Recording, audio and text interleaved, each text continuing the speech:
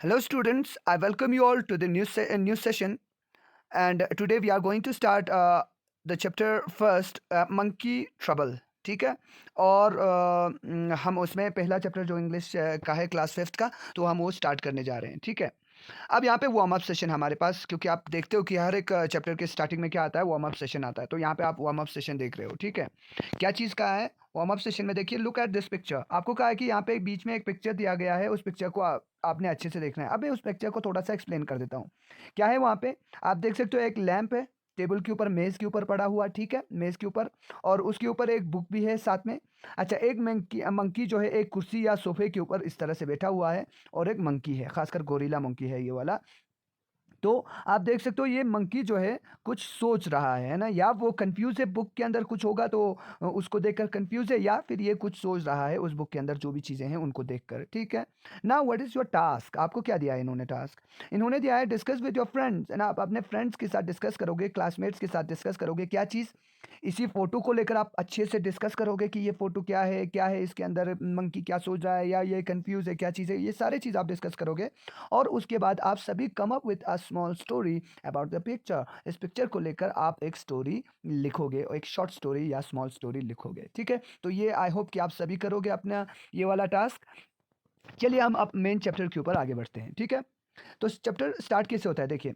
Grandfather bought two from a street entertainer for 10 rupees. तो grandfather यानी जो speaker है, उनके ग्रैंडफादर ने क्या कहा है कि एक टूटू नाम का एक बंदर को लाया है, छोटे से बंदर को, जो स्ट्रीट एंटरटेनर से मिला है। कितने रुपीज़ में? 10 रुपीज़ में, है ना। 10 रुपीज़ में, इतने रुपीज़ में उनको ये मिला है। चलिए पहले हम देखते हैं कि स्ट्रीट एंटरटेनर होता क्या है। तो यहाँ पे लिखा हुआ है ना, आपके बुक के नीचे क्या लिखा हुआ है? Someone who goes around the streets singing, playing an instrument, or making monkey stands for money, sorry। तो ऐसा एक व्यक्ति जो स्ट्रीट्स में जाते हैं, और या तो वो गाते हैं, या प्लेइंग म्यूजिकल इंस्ट्रूमेंट, है ना, गिटार, ड्रम, या फिर पियानो वगैरह बजाते हैं, और गाते हैं वहाँ पे स्ट्रीट्स में जाके। या फिर कुछ ऐसे भी होते हैं जो मंकीज़ को लेकर मंकीज़ को नचवाते हैं, डांस करवाते हैं। किस चीज़ के लिए? मनी के लिए, यानी पैसों के लिए, ताकि वो अपने रोज़मर्रा की ज़िंदगी में आगे बढ़ सकें, उनका उन ज़रूरतों को पूरा कर सके। ठीक है ना, यानी अपना भूख मिटा सके। ठीक है। तो ये ग्रैंडफादर ने ए टूटू नाम के एक छोटे से बंदर को स्ट्रीट एंटरटेनर से 10 रुपीज़ में लाया। उसके बाद द मैन हैड 3 मंकीज़। उस आदमी के पास 3 मंकीज़ थे। टूटू वॉज द स्मॉलेस्ट, जिनमें से टूटू सबसे छोटा था, बट द मोस्ट मिस्चीवियस, लेकिन वो बहुत शरारती भी था, मिस्चीव करने वाला, है ना, यानी बहुत ही ज़्यादा शरारती वाला। ठीक है।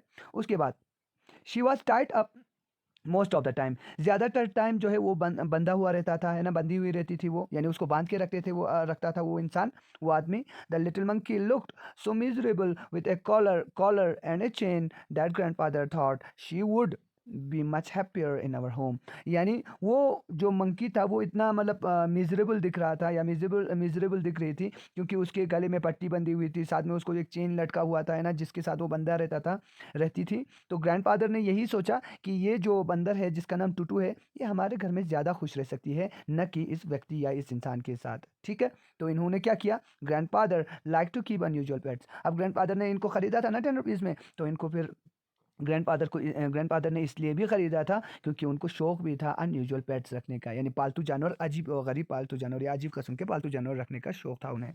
चलिए अब देखते हैं कि इन्होंने घर में लाके क्या किया। एट फर्स्ट, शुरुआत में, यानी देखते ही, एट फर्स्ट यानी पहले ही साइट में, पहले ही मतलब सीन में क्या किया?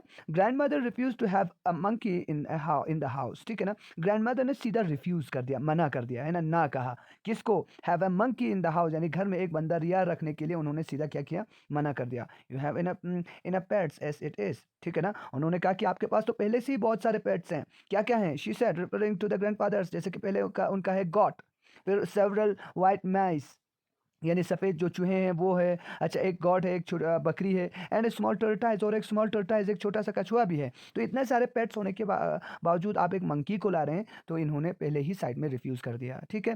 तो यहाँ तक। अब आपका एक फिर से टास्क है, how Tutu is different from other monkeys. Tutu दूसरे मंकीज़ से कैसे डिफरेंट था? क्योंकि वो बहुत मिस्चीवियस था, है ना। ये आप खुद लिखोगे अपने वर्ड्स में। और दूसरा टास्क है, वो which other pets does grandfather have. Grandfather के पास और कौन से जानवर थे, पेट्स थे। ठीक है। तो वो आपने लिखना है अपने वर्ड्स में। ठीक है।